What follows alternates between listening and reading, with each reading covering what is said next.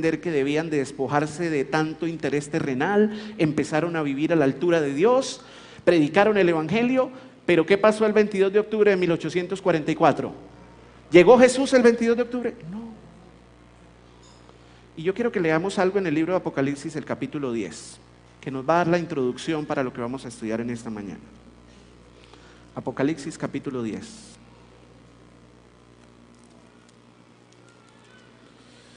Allí está relatada una visión muy interesante.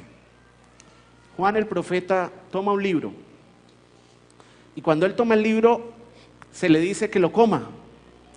Cuando Juan lo come, dice Apocalipsis 10, y lo tiene en su boca, ¿cómo era? ¿Era qué? Dulce. Dulce. Fue dulce el mensaje que ellos estaban predicando. Jesús iba a venir a la tierra pronto. Todos estaban felices al saber que pronto iban a ver en las nubes de los cielos descender a Jesús. Pero la profecía dice que cuando lo pasó y llegó a su vientre, ¿cómo fue? Amargo. ¿Cómo creen ustedes, hermanos, que fue la desilusión que vivieron estos pioneros adventistas allá cuando vieron que llegó la hora del 22 de octubre y Jesús no había venido? Fue una amarga desilusión la que ellos vivieron. Pero ¿qué quiero que leamos de manera especial? Leamos el último versículo del capítulo 10 de Apocalipsis. Y él me dijo, es necesario que profetices, ¿qué? Otra vez, ¿sobre qué? Sobre muchos pueblos, naciones, lenguas y reyes. Yo quiero decirles, hermanos, en esta mañana, que la iglesia adventista del séptimo día se levantó con un mensaje profético. El libro de Apocalipsis indica que la iglesia adventista del séptimo día iba a nacer para poder cumplir la profecía dada en Apocalipsis capítulo 10. Era necesario que se levantara un pueblo que predicara nuevamente el mensaje del advenimiento a toda tribu, pueblo, nación y lengua. Por eso el Señor levantó la iglesia adventista. Y la iglesia adventista se levantó dentro del marco de un mensaje profético. Y yo aquí quiero decirles algo muy importante, hermanos. La iglesia adventista se ha ido alejando gradualmente del mensaje profético. Hemos dejado de lado el libro de Apocalipsis, hemos dejado de lado el libro de Daniel, hemos dejado de lado el estudio profundo de las Escrituras. Y en muchas de las circunstancias, ese es el problema por el cual la iglesia de Dios no está cumpliendo el propósito que el Señor tiene para ella. Porque hemos empezado a dedicar nuestro tiempo a cosas muy superficiales. Y el Señor nos invita a que desde los púlpitos se debe predicar más profecía. Porque el pueblo de Dios tiene que levantarse. El pueblo de Dios tiene que entender en qué tiempo está viviendo. Porque solo hasta que el pueblo de Dios entienda eso, va a vivir a la altura de verdaderos hijos de Dios. El pueblo adventista se levantó en un mensaje profético. Y ahora Dios levanta ese pueblo y le da una misión especial que la encontramos en Apocalipsis capítulo 14. Vamos al Apocalipsis capítulo 14, versículo 6.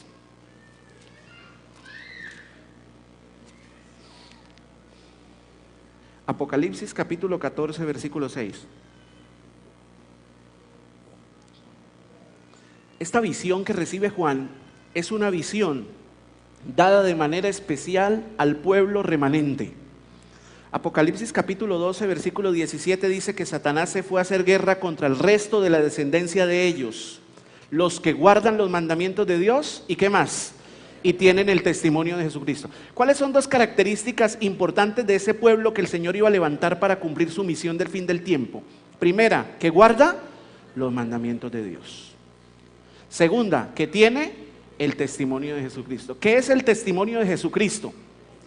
Apocalipsis capítulo 19, versículo 10 nos dice que el ángel llegó, Juan el apóstol le dijo, no, adora a Dios porque el testimonio de Jesús es el espíritu de profecía. ¿Qué es el espíritu de profecía? El espíritu de profecía es toda la revelación de Dios. Muchos adventistas hemos creído que el espíritu de profecía son solo los escritos de la señora White. Pero el espíritu de profecía es toda la revelación, desde el Génesis hasta el Apocalipsis, incluida la revelación que Dios dio a la señora Elena G. de White también.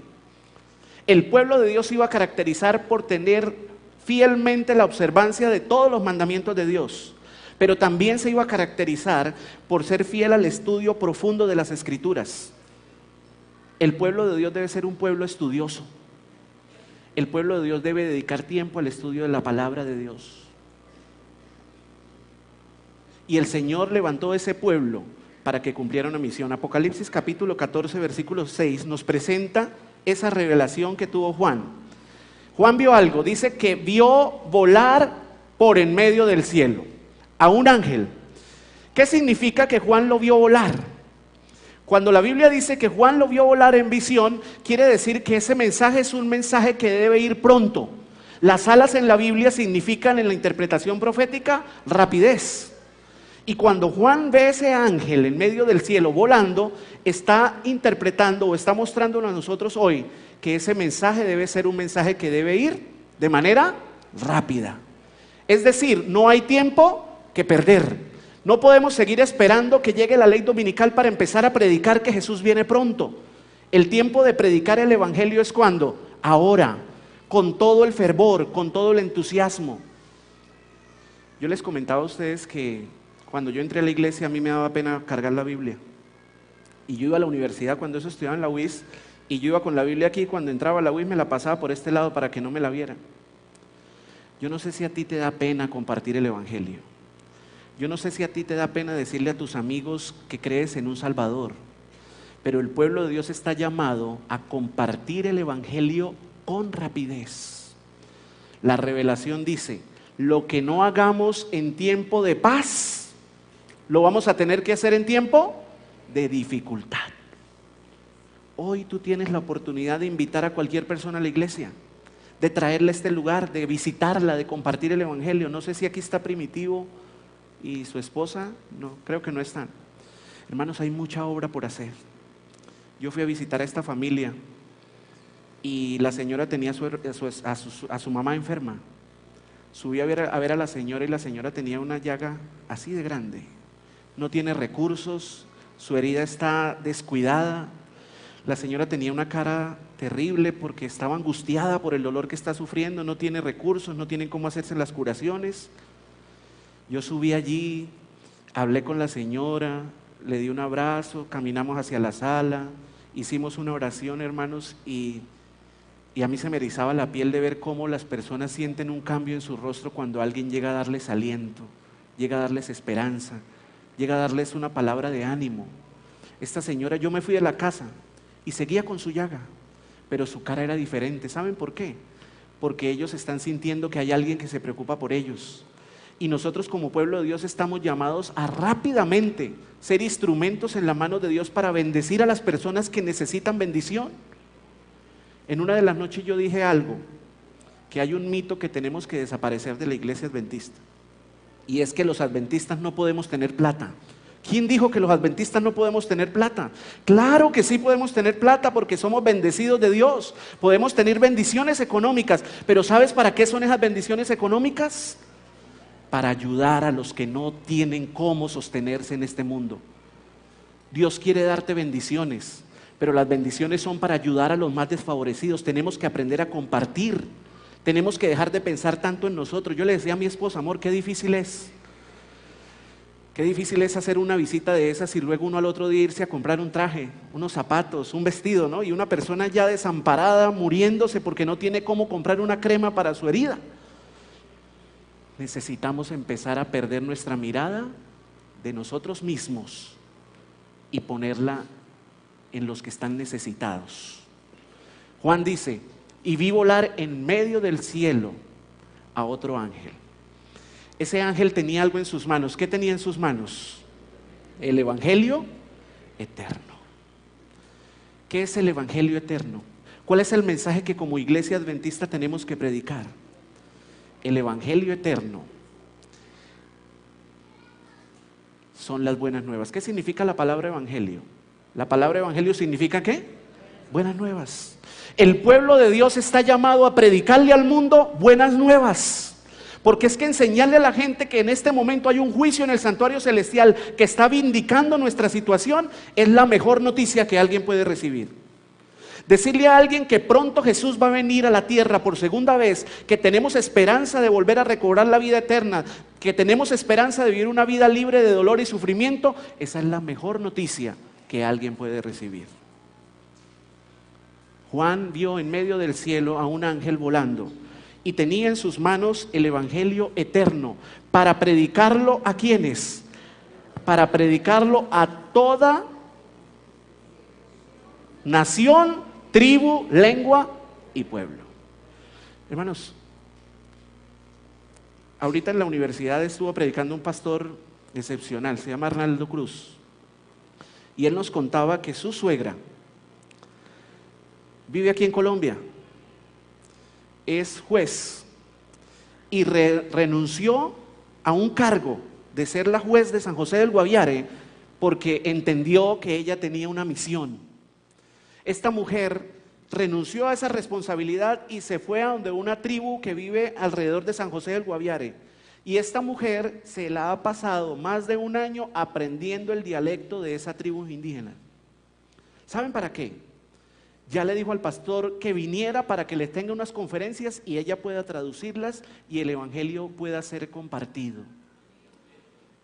Hermanos, el Señor se está moviendo. Jesús quiere que el mensaje se predique. El Señor quiere que esas personas conozcan del mensaje de salvación, lo acepten y estén preparadas para recibir al Señor en las nubes de los cielos. ¿Qué estás haciendo tú? ¿Qué estoy haciendo yo para ser instrumentos en las manos de Jesús? Tú le puedes servir de muchas maneras. Yo hubiera querido ser doctor o enfermera para haberle hecho la curación a esa señora. Yo hubiera querido, pero no podía, no sabía cómo hacerlo. Pero el Señor tiene personas, ya hablé con Nina y vamos a ir esta tarde porque es que el Señor tiene diferentes dones en su iglesia. Y tú debes de servirle al Señor de la manera en que el Señor ha puesto en tu corazón. Con los dones que Dios te ha dado, tú debes entregar todas esas facultades para que cumplas el propósito de Dios de predicar el evangelio a toda tribu, pueblo, nación y lengua. Ese mensaje de Apocalipsis 14 presenta el mensaje de los tres ángeles. Y yo quiero leerlos. Estos mensajes de los tres ángeles, los adventistas debiéramos saberlo de memoria. ¿Cuántos se saben de memoria Apocalipsis 14, los versículos que vamos a leer del 7 al 12? Vamos a leerlos, por favor tomen sus Biblias y vamos a leer los mensajes de los tres ángeles. Diciendo a gran voz, temed a Dios y dadle ¿qué? Gloria, porque la hora de su juicio ha llegado. Y adorad a aquel que hizo el cielo, la tierra, el mar y las fuentes de las aguas. Ese es el mensaje del primer ángel. ¿A qué nos está llamando Dios, hermanos? Tenemos que empezar a predicar que en este momento que está pasando en el santuario celestial, estamos en el gran día de la expiación. Nuestro Señor Jesucristo, nuestro sumo sacerdote, está intercediendo por nosotros en la obra final de juicio delante del Padre Celestial. Pero hay algo interesante del mensaje del primer ángel. El mensaje del primer ángel nos dice que estamos llamados a adorar ¿a quién? A Dios. ¿De qué manera tú estás adorando a Dios?